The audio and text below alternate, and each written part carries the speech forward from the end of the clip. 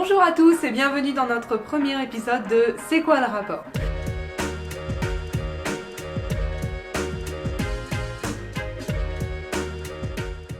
Nous, pourquoi on est là? Pour vous expliquer comment marchent les politiques environnementales européennes qui ne sont pas toujours faciles à comprendre.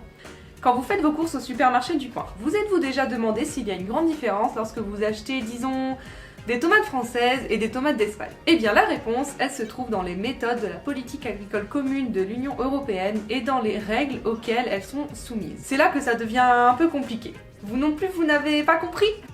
Repartons depuis le début. Petit rappel historique de la PAC. La PAC naît en 1957 du besoin de reconstruire l'autosuffisance alimentaire de l'Europe suite aux ravages de la Seconde Guerre mondiale. Elle est la première politique commune de ce qui deviendra ensuite l'Union européenne. Les objectifs de départ des 6 pays d'origine sont d'assurer un niveau de vie équitable aux agriculteurs et à leurs citoyens, tout en devenant autonomes sur le marché mondial. Ainsi, pour inciter les producteurs à produire plus, l'Union européenne supprime les droits de douane entre ces pays, subventionne les exportations et taxe les importations, imposant ainsi une politique protectionniste, et surtout, elle achète les produits non vendus à ses agriculteurs afin qu'ils soient assurés d'un revenu fixe chaque mois. La PAC permet rapidement à la production agricole de se remettre en marche et produit les effets désirés. La production augmente, les fermes se modernisent, les agriculteurs ont un salaire stable et les prix baissent. L'Union européenne peut produire ses tomates toute seule et la France devient le 5e producteur mondial. Toutefois, cette politique coûte vite très cher. Elle est le plus gros budget de l'Union européenne qui compose plus d'un tiers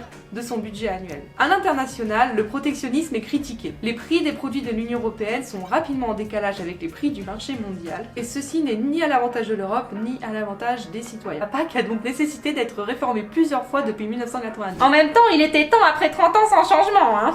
Alors, la PAC, comment ça marche concrètement aujourd'hui? Tous les 7 ans, l'Union européenne adopte un nouveau budget et redéfinit les objectifs de la PAC. À l'origine de tout ça, plusieurs acteurs au sein de l'Union européenne élaborent les propositions pour les transmettre à la Commission européenne. Parmi ces acteurs, il y a des agriculteurs, des experts, des scientifiques, des sondages d'opinion auprès des citoyens et notamment des lobbies qui font un peu pression sur la Commission. Un représentant de la Commission Agriculture propose le texte de loi à la Commission européenne.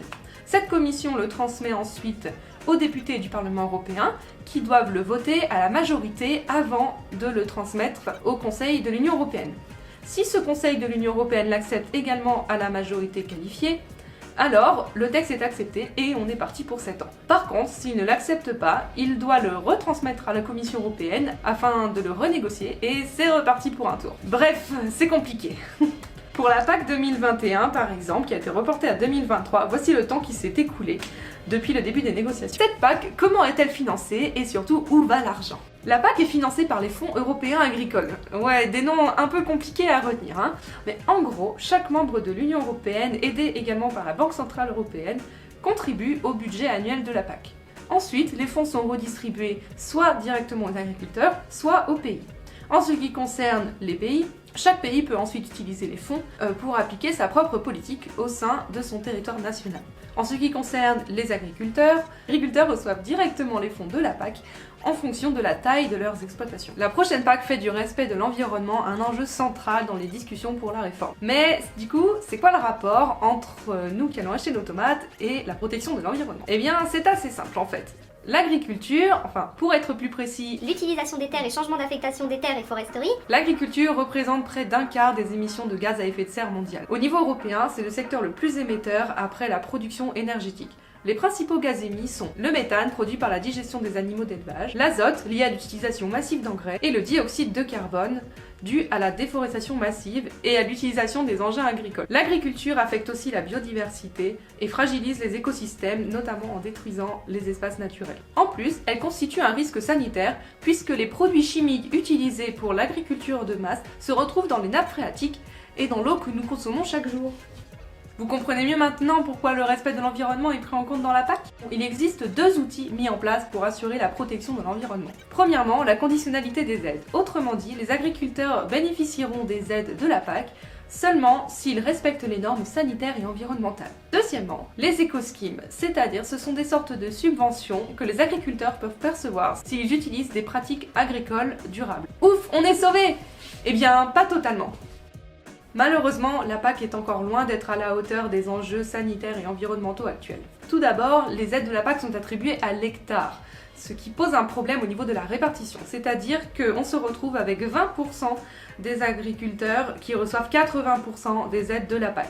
Et souvent, ce sont les grosses entreprises qui ont le plus d'hectares pour produire et qui souvent utilisent des pratiques qui sont pas très cool pour l'environnement. De plus, les conditions posées pour percevoir les aides au niveau européen sont au final assez floues. En effet, les normes ne sont pas toutes les mêmes dans chaque État de l'Union européenne. Le problème, c'est que chaque État doit appliquer sa propre politique stratégique PAC. Donc il le soumet à la Commission européenne, mais pour l'appliquer individuellement au niveau de leur pays, ce qui pourrait paraître logique, sauf qu'en fait, à la base, la politique agricole est censée être commune par définition. En conséquence, on se retrouve avec des normes qui ne sont pas appliquées de la même manière d'un pays à un autre. Ainsi, comment être sûr que nos tomates françaises sont de même qualité que les tomates espagnoles ?